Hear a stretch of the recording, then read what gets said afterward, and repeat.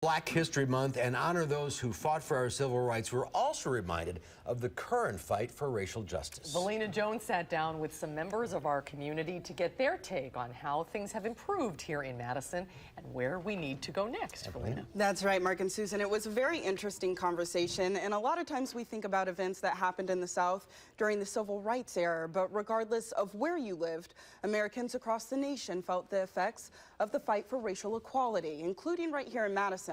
And although we have made improvements, members of the Black community say the push for progress is not over.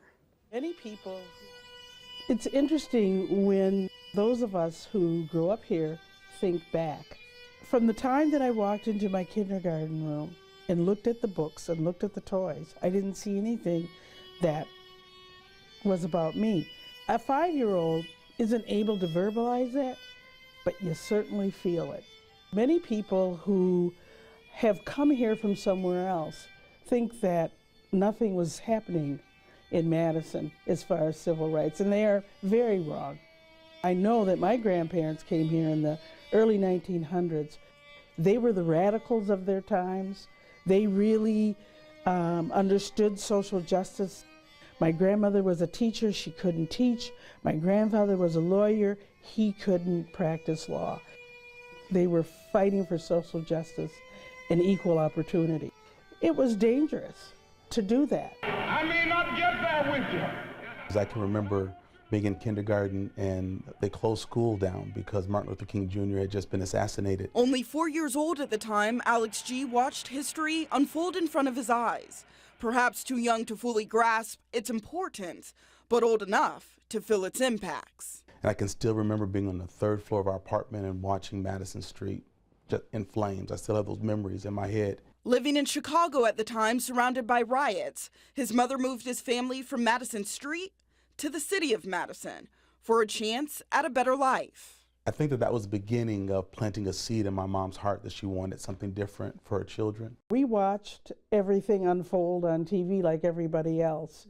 And we're always aware that we needed to fight that battle, you know, here in Madison. Betty Banks understood what was in front of her was history in the making that would change the fabric of her hometown. It might not have been out in the streets, and the discrimination was much more subtle here.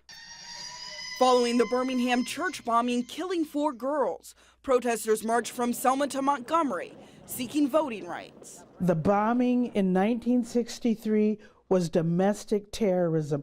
We need to name it and acknowledge it and own it. In Madison, Banks watched Black women turned away from trying on clothes at department stores, the push for fair housing and jobs, and her own mother's fight to start an urban league. I think that even today, we know that the fight continues. A fight apparent through protests sparked by the deaths of Michael Brown and Trayvon Martin, and a search for political leaders that will help create change.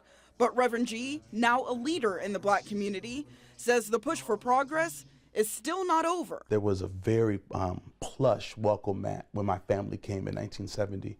I don't feel that it's there today. You can't just decide that because, you know, we can now vote, we can now eat at a restaurant, that it's all been taken care of. The statistics don't lie, and it is what it is. The racial disparities are here. We can't attract the kind of talent we want. People are turning down jobs because they're reading what this community is like. Statistics from the Race to Equity report ranking Madison as the worst place in the nation for Black children and the highest rates of disparities in education, employment, and incarcerations for African Americans. It's terrifying. Despite the numbers, Madison will always be home. I think we can begin to put strategies together that will bring healing to our community. A place they are committed to. And I don't want my grandchildren to experience what my mom did. They want to see permanent changes. We all stand to lose unless we make these changes. This is not my problem, it's our problem. What are you doing in your family with your kids so that your kids who are growing up, you know, see the world the way that the world is? I didn't let this happen. We let it happen, and we need to fix it. Because things can too easily be turned back.